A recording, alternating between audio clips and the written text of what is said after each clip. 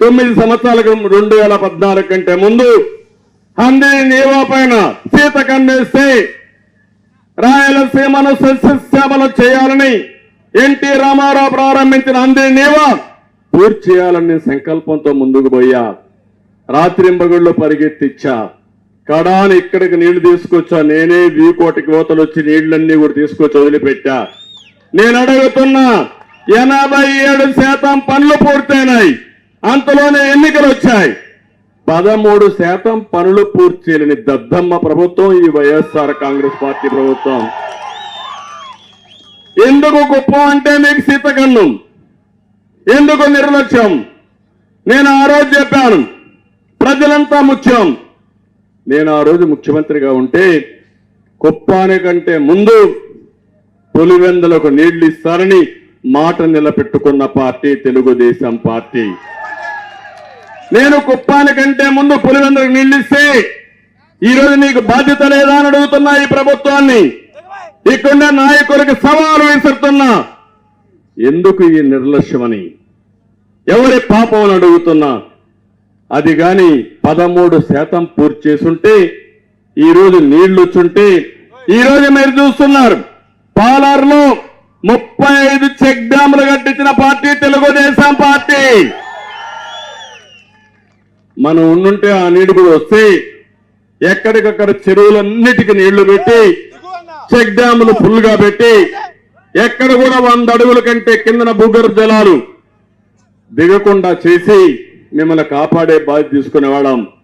నీటి సమస్య లేకుండా కుప్పం నియోజకవర్గం ఎప్పుడు కూడా కరువు అనే మాట లేకుండా చేయాలని నేను ముందుకు పోతే దానిపైన సీతకన్నేసి నేను అడుగుతున్నా ఏమొచ్చింది మీరు చెప్పమంటున్నా. ఇంకో పక్క మీరు ఒకసారి చూస్తే ఈరోజు ఇక్కడ మంత్రి ఉన్నాడు. మీరు ఒక్క విషయం గుర్తుపెట్టుకోవాలి. పరిగెత్తా వస్తా ఉంటాడు ఇక్కడికి. ఎందుకు వస్తాడు? మన మీద ప్రేమగా తమిళ్ళు, మన గ్రెనైట్ మీద ప్రేమ. ఇక్కడ గ్రెనైట్ గన్లు ఉన్నాయి, అందులో లెక్కలున్నాయి. ఆ లెక్కలు తెలుసుకోవాలి కాబట్టి ఇక్కడికి వచ్చి అందరికీ క్వార్టర్ బాటిల్ తాగిచ్చి మన ఆస్తులను దోపిడీ చేసుకుంటూ పోయే మంత్రి. ఎంత దుర్మార్గం అంటే నేను ఒకటే విషయం అడుగుతున్నా.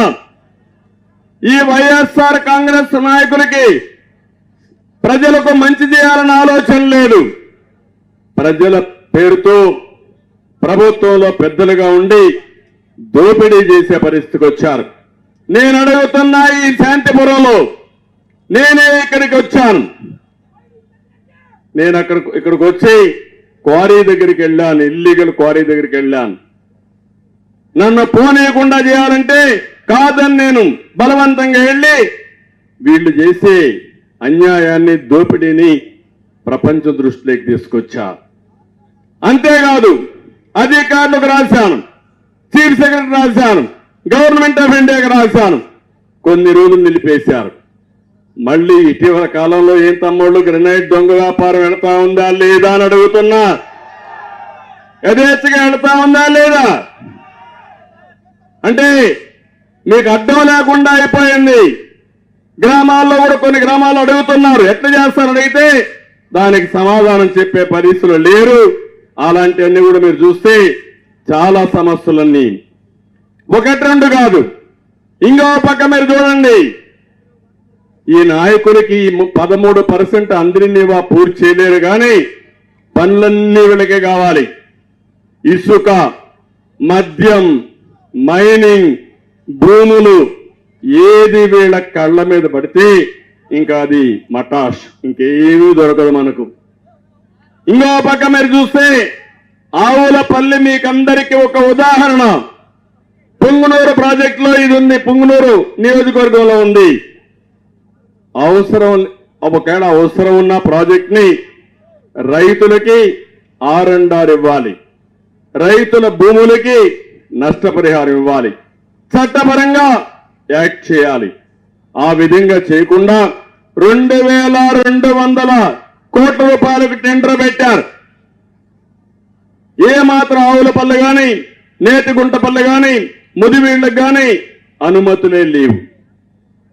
ఏదైనా ఒక ప్రాజెక్టు కట్టాలంటే దీనికి కొన్ని ఎన్విరాన్మెంట్ క్లియరెన్స్ అని, అడ్మినిస్ట్రేటివ్ క్లియరెన్స్ అని, డిపార్ట్మెంట్స్ అన్ని ఒప్పుకుంటేనే కట్టాల. అలాంటిది మొత్తం చేయకుండా అందరినీ బెదిరించి భయభ్రాంతులు చేసి ఆ ప్రాజెక్టు కడితే వాళ్ళు కోర్టుకు వెళ్ళారు. రైతులంతా చందాలు వేసుకుని గ్రీన్ ట్రిబ్యునల్కి వెళ్ళారు. వాళ్ళు ఇది అన్యాయం, చట్ట వ్యతిరేకం, ఇది చేయడానికి వీల్లేదు అని 100 కోట్ల రూపాయలు ఫైన్ వేశారు. కడాన సుప్రీంకోర్టు వరకు పోరాడారు. సుప్రీంకోర్టుకు పోతే ఇది అన్యాయం, ఇది కరెక్ట్ కాదని 25 కోట్ల రూపాయలు అడ్వాన్స్ కట్టండి, తర్వాత ఏం చేస్తాం కేసు విచారించి జడ్జిమెంట్ ఇస్తామన్నారు. అంటే ఒక వ్యక్తి దుర్మార్గానికి, అన్యాయానికి, అరాచకానికి ప్రజాధనం 25 కోట్లు పెట్టి రేపు ఇంకా పెట్టే పరిస్థితికి వచ్చారు. ఇదే వ్యక్తి జిఎన్ఎస్ఎస్ కింద హంద్రి నివా కింద 5,500 కోట్లు ఎనికే పనులను ఇచ్చారు. వీళ్ళు మామూలుగా తమ్ముళ్ళు దోపిడీ దొంగల వీళ్ళు, గజ దొంగల వీళ్ళు. రాష్ట్రాన్ని లూటీ చేయడానికే అధికారానికి వచ్చామని ఆలోచిస్తున్నారు తప్ప ప్రజల కోసం కాదని మీ అందరికీ విజ్ఞప్తి చేస్తున్నా. ఈ రెంటుల్లో చూస్తే దగ్గర దగ్గర 1,500 కోట్ల రూపాయలు పని చేయకుండా డబ్బులు తీసుకున్నారు. నేను ఒకటే హామీ ఇస్తున్నా, ఏ ఒక్కడిని వదిలిపెట్టను. మిమ్మల్ని అందరినీ బుక్కిన డబ్బులంతా కక్కిచ్చే బాధ్యత నాదని మీ అందరికీ హామీ ఇస్తున్నా. ఇక్కడ మన నియోజకవర్గం ఉంది, మీరు ఒకసారి చూడండి ఎన్ని అన్యాయాలు. ఇక్కడే ఇప్పుడు రాళ్ల బదుగూరు సాధు గ్రామం 35 ఎకరాలు డీకేటీ భూమి వైసీపీ నాయకులు కబ్జా చేశారు. అవునా కాదా అని అడుగుతున్నా మిమ్మల్ని. ఇవే కాకుండా 1-2 కాకుండా ఈరోజు ఇక్కడనే వైసీపీ మండల పార్టీ కన్వీనర్ బుల్లెట్ దండపాణి అంటే పెద్దగా పొడంగి నల్లగుట్ట దగ్గర 4 ఎకరాల ప్రభుత్వం కొట్టేశాడు. అబకలదొడ్డి దగ్గర ఈశ్వరుని దేవాలయం, తమ్ముళ్ళు దేవాలయాలకి దేవుడికే దిక్కు లేకుండా చేస్తున్నారు ఈ దుర్మార్గులు.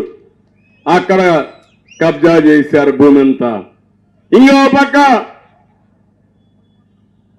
ఎంపీ నిధులతో బస్ షెల్టర్ కడితే వీళ్ళ భూమికి జాగా కావాలని ఈ మండల కన్వీనర్లంతా ఆ బస్ షెల్టర్ కొట్టేసే పరిస్థితికి వచ్చారు.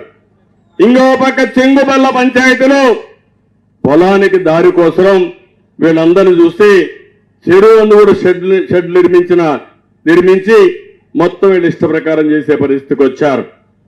7వ మైలు పక్కనే 6.65 సెంట్ల భూమిని స్వాధీనపరుచుకుని షాపింగ్ కాంప్లెక్స్ కట్టేశారు. ఇంకో పక్కన మీరు చూస్తే ఏపీఐఏసి గోకుల్ దాస్ గార్మెంట్స్ కి ఇచ్చిన 4 ఎకరాల 60 సెంట్లు 17 మంది వైసీపీ నాయకులు కబ్జా చేసే పరిస్థితికి వచ్చారు. ఊర్లో వాళ్ళంతా వ్యతిరేకించి కలెక్టర్ దగ్గరిపోయే పరిస్థితికి వచ్చారు. సోనిశెట్టి గారి పనిలో వైసీపీ నాయకులు అక్రమైనింగ్ చేసి ప్రజలే తిరుగుబాటు చేసి అడ్డుకునే పరిస్థితికి వచ్చారు. అంటే మీరు ఒక్క విషయం గుర్తుపెట్టుకోవాలి, నా జీవితంలో ఎప్పుడు నేను ఊహించలేదు మన నియోజకవర్గం ఒక ప్రశాంతమైన నియోజకవర్గం అవునా కాదా అని మిమ్మల్ని అడుగుతున్నా. ఒకప్పుడు నేను ఒక మాట చెప్పేవాడిని, ఏ నియోజకవర్గంలో అయితే పోలీస్ స్టేషన్